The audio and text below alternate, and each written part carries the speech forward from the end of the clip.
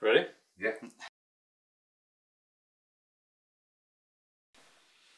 Probably the best, I would say, is Kevin Phillips.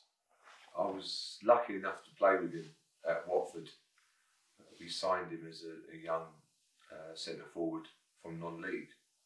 So I was fortunate to have 2 seasons playing with him, and he was a great trainer, really good finisher, and obviously went on to have a great career. And then when I was at Crystal Palace, we managed to get him to come in near the end of his career, really. But he still had the same attitude to training as he had when he first arrived at Watford. So all the success he'd had, his attitude to training never changed. He'd done everything to the best of his ability, and he's the best finisher, without a doubt, that I'll work with. And I learned a lot from watching him and talking to him. Because when I was caretaker in charge at Palace for a little while, Kevin was one of my coaches as a player coach, and he did a lot of work with the forwards. So his technique and his finishing, I would say, would be definitely the best I've worked with. I've been fortunate enough to have some promotions.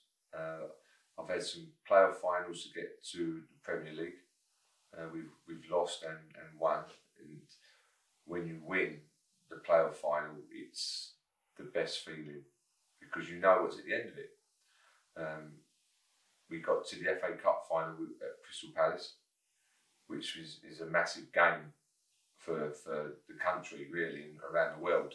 So to get to the FA Cup final was a fantastic achievement, and the lead up into it was brilliant. The whole week was really exciting. Unfortunately, we lost to Man United on the day, but as a one-off, that is probably the highlight.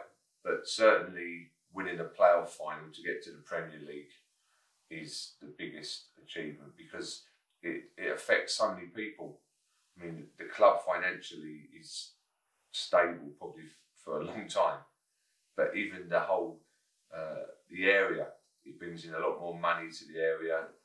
The amount of money it brings into Crystal Palace and the area around it and all the supporters has a massive impact because of the financial rewards. You know what's at the end of it. So if you do get promoted to the Premier League, you know what that money's coming in. So that's the biggest pressure game, without a doubt. And when you win it, it's the best feeling ever.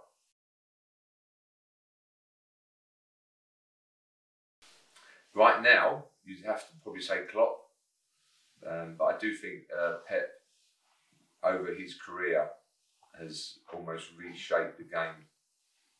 The success he had at Barcelona, at Bayern, now he's come to England, Man City.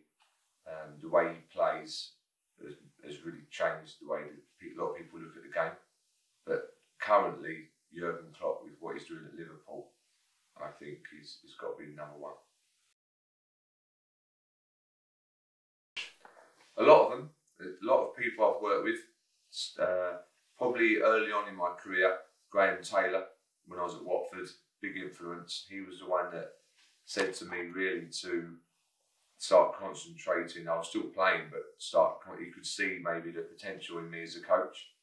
So he was the one that got me really thinking about it. So Graham, definitely. And then all the coaches, all the managers I've worked with, you learn different things, not always good, but so I wouldn't say there's one, but I always try and take certain bits from the managers and coaches I've worked with and think, I like that, and I'll do that, and maybe I wouldn't do that. But the thing I've learned over the years is you need to be yourself. So all the good coaches I've worked with, you can see what they do, but it has to be right for you. You can't try to be someone you're not, because people and players pick up on it. Well, coming from England, definitely grass, but I also understand the need for the AstroTurf with the weather and the climate. So the AstroTurf these days now, the modern AstroTurfs are a lot better. Certainly when I played, they was horrible. You wouldn't want to fall over on them. But now the standard's very good. I think the more of the concern is going from one surface to another. I think that's probably where the problem is for the body. I think if you trained on one surface consistently, I don't think there's any real scientific proof that AstroTurf's bad for your joints. I think probably the change from AstroTurf to grass too often probably might affect the body more. So, but always grass for me. I would say no at the moment because they've not really worked out how best to use it. I think there's a good purpose for it. A goal line technology, 100%, because it's a clear factual situation. But I think when it becomes someone's decision on whether they think it's right or wrong, then for me, it's not working. And also the detail they can go into now with the offside, certainly in England, you're talking about millimetres. And I don't think the game should come to that. I think it has to be a real clear, obvious mistake. I don't know what the answer is. I don't think anyone really does. But it's not working.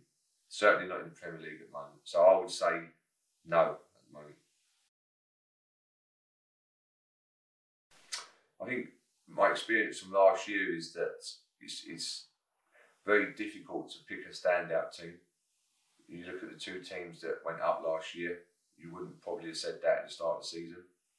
So you'd think the two teams that have come down, obviously the economics has a part to play in that, but if they've kept most of their team together, you'd think they'd still be strong. Braga finished the season well last year, unfortunate not to go up. So it's I think again like last year, it'll be very even, and I think the teams that are most consistent will obviously be the ones that are up there.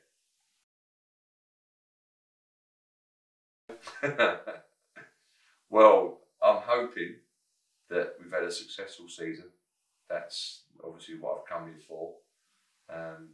Hopefully I'm celebrating with the players, the staff, the fans, and then I can go on a holiday in the winter, which is unusual for me, with the family and carry on my celebration. So that's a long way off, and that's an outcome, if you like, of what I'm trying to put in place now. So it's all about what we do week in, week out. And if we can be successful every week, then hopefully there'll be the success at the end of the season.